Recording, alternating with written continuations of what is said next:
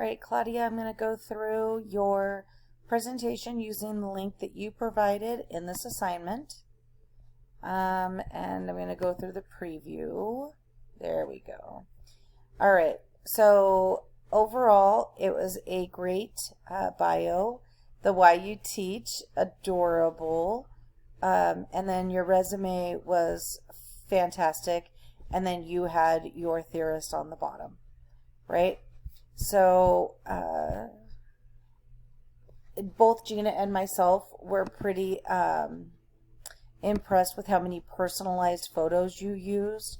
One thing that Gina and I did talk about was that that it would have been great to see more personalized up on the banner, but it's fine. We did talk about it in the open sessions, but it's not a requirement. So we talked about the ASQ, and then we talked about your artifacts, your rationale, and the reflections for teaching strategies gold. There were little tiny things.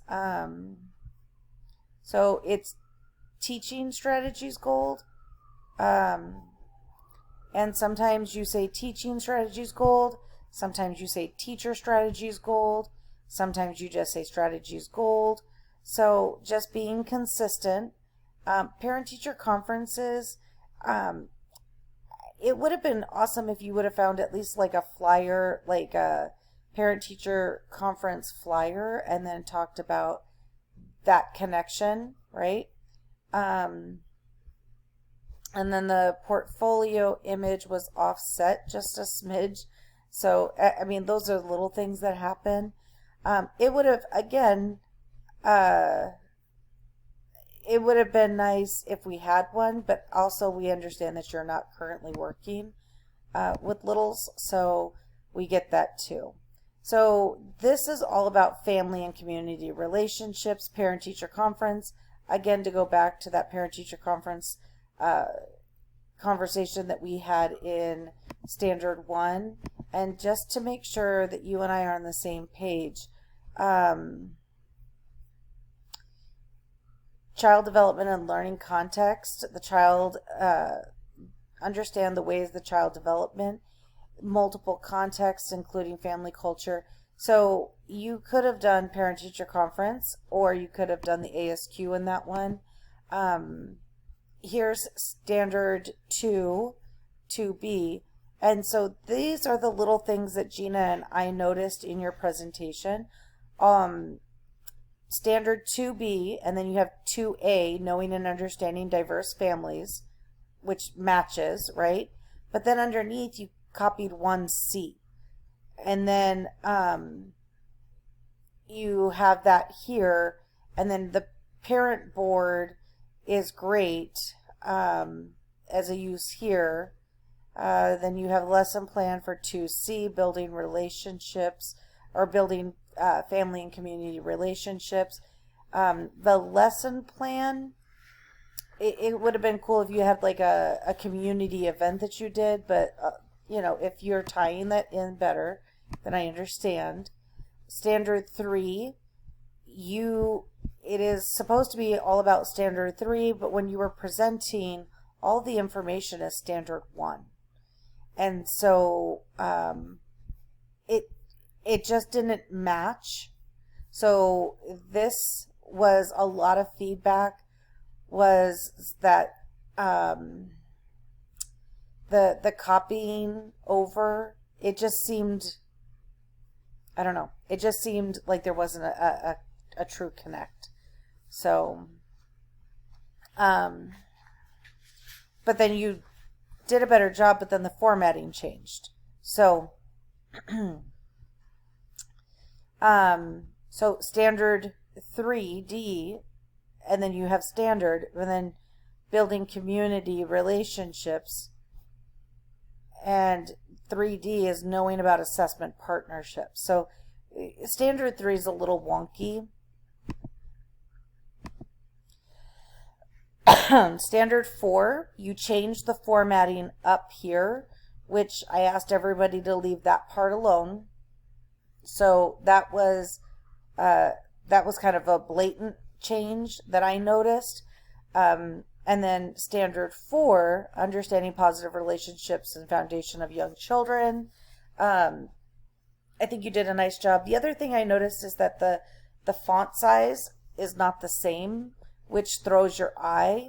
Using developmentally appropriate or effective approaches against a lot of stock photos. I understand the situation, just let you know. DAP, developmentally appropriate practices. There's a book that you could have used to strengthen that connection, but what you have, I guess, it would work. But then you put standard 4D, and then you have Maria Montessori. So Maria Montessori would have been your theorist, but what would you have put for developmentally effective approaches? So there's just small little disconnects between what you were saying. Oh, sorry, put you back on 4. Because you spoke nicely to each standard, but there was some disconnects. Here, you changed, again, this is what I asked you guys not to change. 5B is completely missing, and you have high scope, right? Meaningful curriculum.